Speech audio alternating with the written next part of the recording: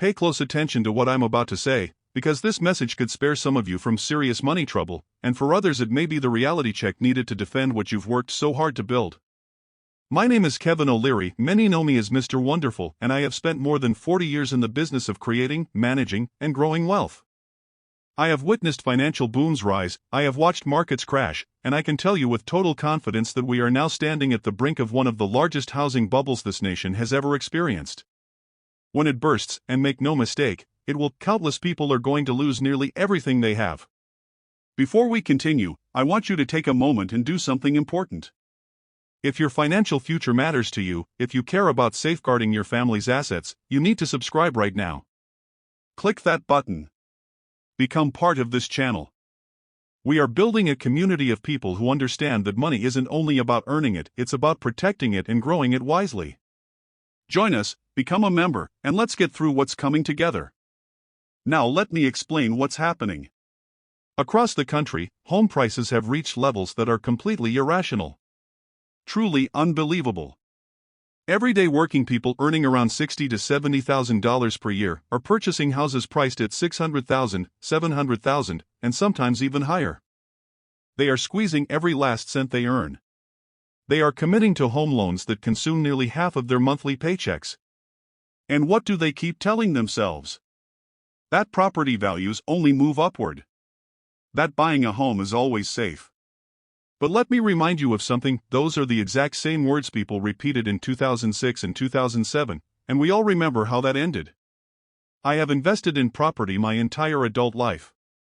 I own real estate across North America. I know this industry better than most ever will. And I am warning you, the numbers no longer make sense. When you remove emotion, hype, and the fear of being left behind, you see a housing market that has drifted dangerously far from reality. Home prices have jumped 40%, 50%, and in some areas even more, all within just a few short years. But salaries? They barely changed. So where is all that extra money coming from? Borrowed money. Enormous, suffocating debt. People convinced themselves they could manage these purchases because interest rates were low for a period of time. They locked in loans and felt clever about it. But here's what they failed to consider. What happens when property taxes increase? What happens when homeowners' insurance doubles or even triples, which is happening right now in many states? What happens when a roof has to be replaced or the heating system breaks down? Suddenly, the payment they thought was manageable turns into a financial chokehold. They are suffocating financially. They cannot put money aside.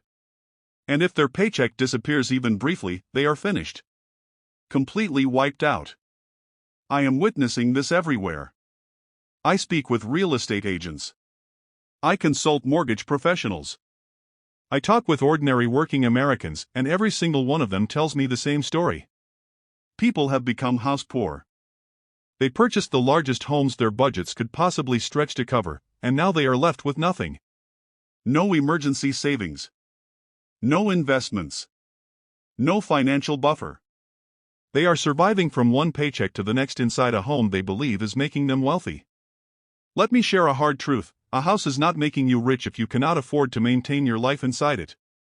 Paper equity is meaningless if your bills are pulling you under. And this crisis does not stop with individual homeowners. The entire system is dangerously overloaded with debt. Massive institutional investors bought tens of thousands of houses during the pandemic. They assumed they could rent them, resell them, and walk away with huge profits. But now the rental market is weakening. Tenants can no longer afford these inflated rents. They are sharing housing with roommates. They are moving back in with relatives. So now these investors are stuck holding properties that are failing to deliver the returns they counted on. And when the numbers stop working, there is only one outcome: they sell. And when everyone rushes to sell at the same time, home values fall sharply. This is not scare tactics. This is arithmetic. This is economics. When housing values climb faster than household earnings, when borrowing swells uncontrollably, and when buying power vanishes, a market reset becomes unavoidable. It will happen. The only uncertainty is the timing and the severity. And I am telling you, the warning signals are everywhere. Available homes are beginning to accumulate. properties are remaining listed for longer periods. Sellers are being forced to reduce their price expectations. Structural weaknesses are already appearing. Now some of you may be thinking, Kevin, you're being overly pessimistic. The economy looks healthy. People are employed. The stock market is performing strongly. And at this moment, that seems true. But here is what you must recognize: market bubbles do not collapse while everything feels perfect. They burst when just one critical piece breaks. That could be an economic downturn. It could be mass layoffs in an important sector. It could be a jump in interest rates that prevents homeowners from refinancing or keeps new buyers out of the market. Only one fracture, one spark, is enough to bring the entire structure crashing down. I have lived through this before. I witnessed the property market crumble and drag the entire economy down with it. I watched families lose their houses, their savings, and their retirement security. And the harshest truth is this: the greatest damage did not fall on massive banks or Wall Street firms, they were rescued. The real pain landed on everyday people, those who trusted what they were told, who believed they were making wise financial choices. They were the ones who paid the price. So why am I sharing this with you? It's because I don't want you to end up like those people who get caught unprepared. I want you to fully grasp what is unfolding so you can take steps to protect yourself. If you currently own a home and you've overextended financially, you need to carefully evaluate your situation. Can you truly manage this mortgage if something unexpected happens? If you're considering buying a home, ask yourself, am I buying because I genuinely need a place to live, or am I buying out of fear of being permanently priced out? Because let me be clear, fear is the worst possible reason to make any financial decision. The real estate market will not continue to rise indefinitely. It simply cannot. The basic laws of economics prevent it. When the correction finally hits, those who are prepared, who have cash reserves and have avoided overleveraging themselves, will be the ones to benefit. They will be able to acquire properties at discounted prices and steadily build real wealth. But those who ignore the warning signs, convincing themselves this time is different, will face devastating losses. You need to understand exactly what is fueling this bubble and why it's on the verge of bursting. Let me break down the factors that have inflated this market and why the entire system is now poised to collapse. Once you see the forces at work, you will understand just how delicate and precarious everything really is. This isn't some complex puzzle, it's straightforward cause and effect, and the consequences will be severe. To start, let's examine the money supply. During the pandemic, the government injected massive amounts of cash into the economy through stimulus checks, expanded unemployment benefits, and loan forgiveness programs. Money was everywhere. And how did people respond? Some saved it, of course, but many decided it was time to buy a home. Suddenly, millions of people with extra cash were all competing for the same limited number of houses. Economics 101: when demand increases while supply remains constant, prices soar. That's exactly what happened. But it wasn't only individual buyers driving the surge in prices. The Federal Reserve kept interest rates near zero for years, essentially free borrowing. And what does that do? It encourages massive borrowing. Big investors, institutional players, borrowed millions, tens of millions, even hundreds of millions of dollars at almost no cost. Then they went on a buying spree, snapping up single-family homes, condos, apartment complexes, anything they could. These investors weren't buying to live in these properties, they were buying to rent them out, flip them, or extract as much profit as possible. When institutional money competes with ordinary families trying to purchase their first homes, the everyday buyers always lose. Another factor accelerated the frenzy: remote work. When the pandemic forced everyone to work from home, people realized they no longer had to live in expensive cities. They could relocate to the suburbs or smaller towns where they could get more space for less money, or at least that was the idea. This triggered a massive migration away from cities like New York, San Francisco, and Los Angeles, flooding into cities like Austin, Nashville, Boise, and Phoenix. And what happened next? Those housing markets completely went haywire. Homes that were previously valued at $300,000 suddenly started selling for $500,000 or even $600,000. It became a feeding frenzy. Now, here's where it gets interesting. All of these buyers, whether ordinary families or major investors, were making decisions based on one key assumption: they believed the conditions at that moment would last forever. Low interest rates forever, remote work forever, government cash forever, rising prices forever. But in business, investing, and life, nothing lasts forever. Circumstances always shift, and when they do, those who aren't prepared are wiped out. So, what changed? Everything. The Federal Reserve recognized that they had created a serious inflation problem. Prices were surging across the board, not just in housing, but in food, gas, cars, and more. To fix this, they had to act. They began raising interest rates, and they didn't just nudge them up slightly, they moved faster and more aggressively than they had in decades. Suddenly, borrowing money was no longer cheap. Mortgage rates jumped from 3% to 7% or even 8%. Do you know what that does to affordability? It slashes it in half. A family that could comfortably afford a $500,000 home at 3% can now only manage a $300,000 home at 7%. Meanwhile, home prices haven't adjusted yet, creating a massive gap between what people can afford and what houses actually cost. And the pain isn't only on the buyers. Sellers are feeling it too. Many of these homeowners purchased their properties in the past few years, right at the peak of the market. They paid top dollar for their homes, and now they're starting to look around and realize that if they had to sell, they might not even recoup what they paid. Some are underwater, meaning they owe more on the mortgage than the house is currently worth. Others are stuck. They cannot sell without taking a loss, yet they also cannot afford to keep the property because their expenses have skyrocketed. Property taxes have soared in many areas.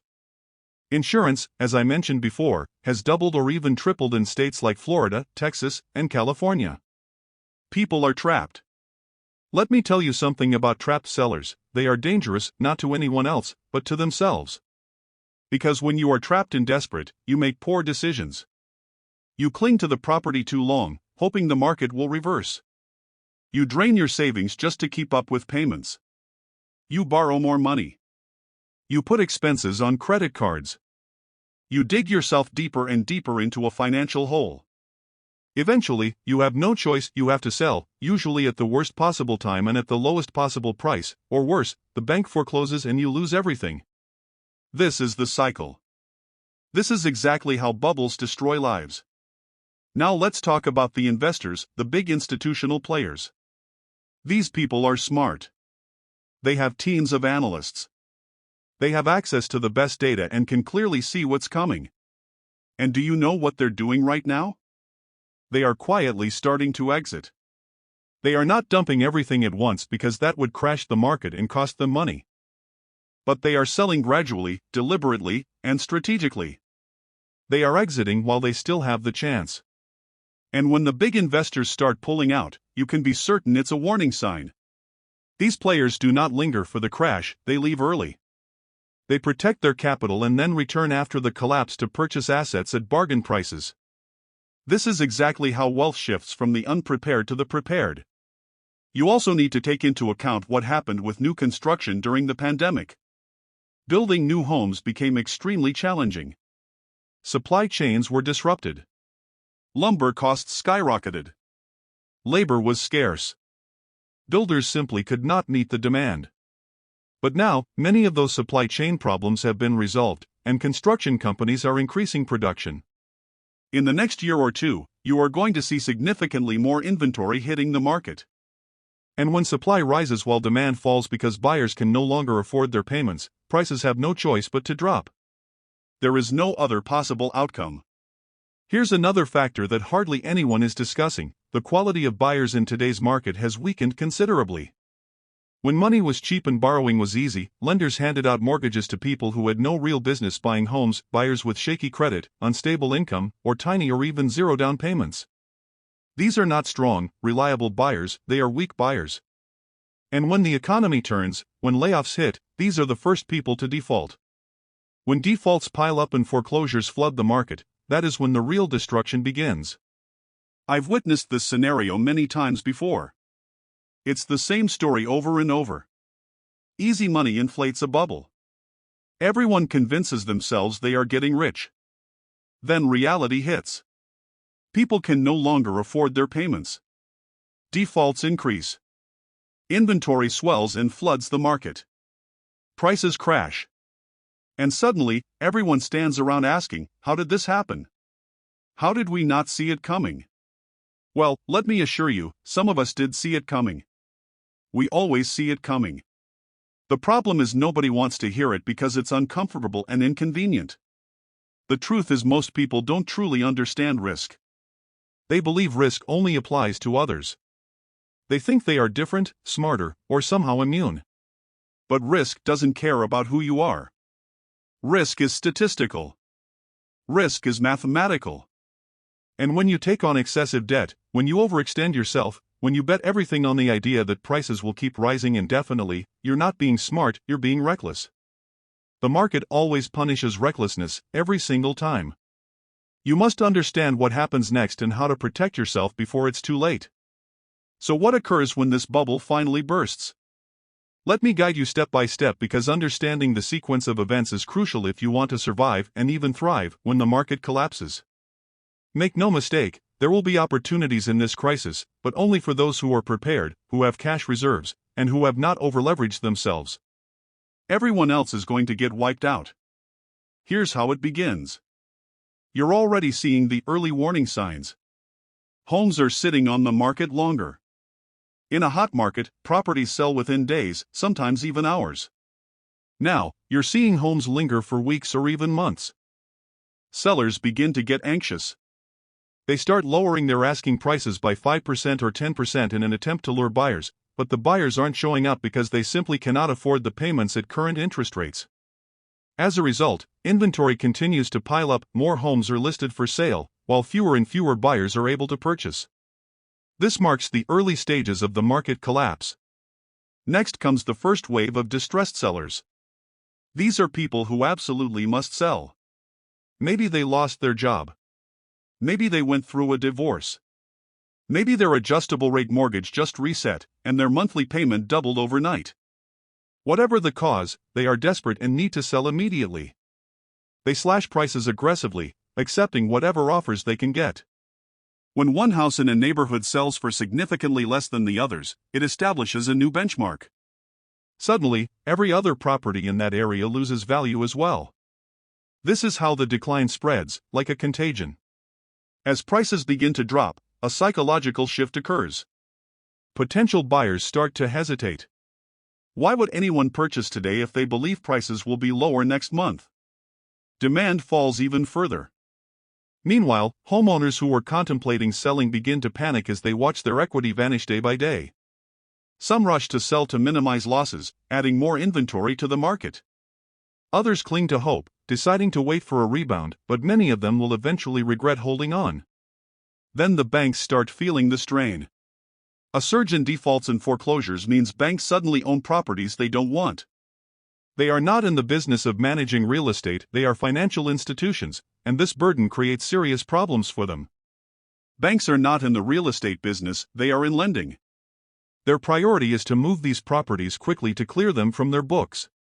When banks start selling, they are not focused on maximizing profits.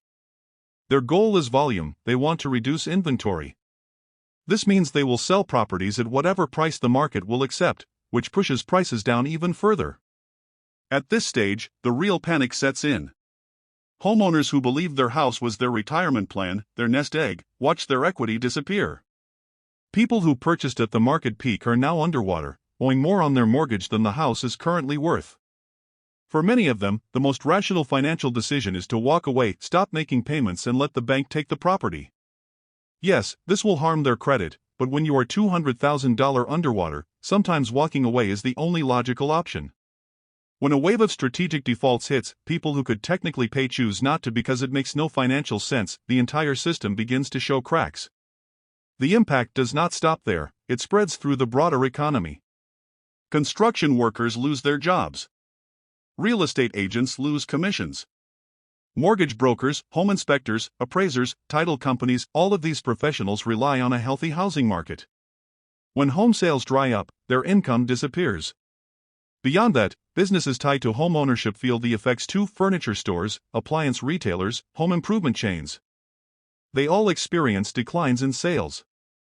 As more people lose jobs or see their income shrink, they cut back on other spending, they dine out less, cancel vacations, and reduce all discretionary spending. This slowdown ripples across the entire economy, affecting everyone. This is exactly what happened in the past. The real estate collapse did not remain confined to real estate, it spread. It toppled banks. It shook the stock market. It triggered a global recession. Millions of people lost their jobs, even though they had no connection to real estate. That demonstrates just how interconnected the economy is. The alarming part is that the bubble we have now is even larger than it was back then. Debt levels are higher, prices are even more inflated, and the eventual crash is going to be far more severe. So what should you do? How can you protect yourself? First, if you are considering buying a home right now, don't do it unless it is absolutely necessary. I know that is not what you want to hear. I know the conventional advice says you must buy now or risk being permanently priced out, but that kind of fear-driven thinking is exactly what traps people in financial danger. If you have the option to rent at a reasonable rate, rent. Preserve your cash. Wait for the market to correct, because it will inevitably correct. And when it does, you will be in a position to purchase a much better property for far less money. If you already own a home and your mortgage payments are manageable, if you have a fixed-rate loan and are not over-leveraged, then stay put. Ride it out. Yes, your equity might take a temporary hit, but if you are not planning to sell, it won't affect you in the long run. Real estate is a long-term investment. Over decades, 20, 30 years, it generally appreciates. However, if you are stretched too thin, if you are struggling to keep up with your payments, you need to seriously consider selling now before the market deteriorates further. I understand it's difficult to acknowledge a loss. It stings the ego to admit a mistake, but taking a smaller loss today is far better than suffering a catastrophic loss later. For investors, this is where the opportunity arises. If you have cash on hand, if you've been waiting patiently on the sidelines for the right moment, your time is approaching. When this market crashes, there will be exceptional deals everywhere, foreclosures, short sales, and sellers desperate enough to take pennies on the dollar just to exit. This is how generational wealth is built. But patience is essential. Wait for the market to hit the bottom. Don't try to catch a falling knife. Let the market stabilize first, and then move in to buy as much as you can. The key to surviving any financial downturn is simple: liquidity. Cash is king. When you have cash, you hold options. You can wait. You can negotiate. You can capitalize on opportunities. But if all your money is tied up in an overvalued asset that's losing value, you're trapped and at the mercy of the market. That's why I always emphasize diversification. Never put all your eggs in one basket. Never risk everything on a single asset class. Spread your risk. Protect your downside. I also want to highlight the mental and emotional aspects, because they are just as critical as the financial side. Watching your net worth decline, seeing your home's value plummet, it's devastating. It's stressful. It can strain relationships, even fracture families. People become depressed. They make irrational decisions. You must prepare yourself mentally for what's coming. Accept that there will be discomfort and pain, but remember, the pain is temporary. If you make intelligent choices and take steps to safeguard yourself, you will emerge from this situation intact. But if you panic or allow emotions to drive your decisions, you will only make matters worse. Here's the bottom line: we are living in a period of enormous economic distortion. The government and the Federal Reserve have manipulated markets for so long that it's impossible to know the true value of anything anymore. Real estate, stocks, bonds, everything is inflated. And when markets are this distorted, a correction is inevitable. It is the natural order of things. You cannot resist it, and wishing it away will not change it. The only thing you can do is prepare. I have been navigating markets for more than 40 years. I have made substantial fortunes in real estate, and I have also watched people lose everything. The difference between those who win and those who fail is not luck. It is discipline. It is understanding risk. It is knowing when to take aggressive action and when to exercise caution. Right now, the time calls for caution. This is a moment to protect your capital. This is a moment to act wisely, not out of greed. So let me leave you with this: do not be a victim. Don't be the person who, years from now, looks back and says, "I should have seen it coming." You are witnessing it right now. I am telling you straight, the real estate bubble is going to burst. The only question is whether you will be prepared to take advantage of it or whether you will be crushed by it. The choice is entirely yours. If you found this insight valuable, if you recognize the importance of what we've just discussed, I need you to take one simple action for me. Smash that like button, subscribe to this channel, and become a member. We are creating a community of savvy investors, people who understand that safeguarding your wealth is just as crucial as earning it. Share this video with your friends, your family, or anyone who owns a home or is thinking about buying one. They need to hear this information. Leave me a comment below. Tell me your thoughts. Tell me what you're noticing in your local market. Let's start a conversation because we're all navigating this together. Thank you for watching. Stay intelligent, stay disciplined, and always remember, cash is king.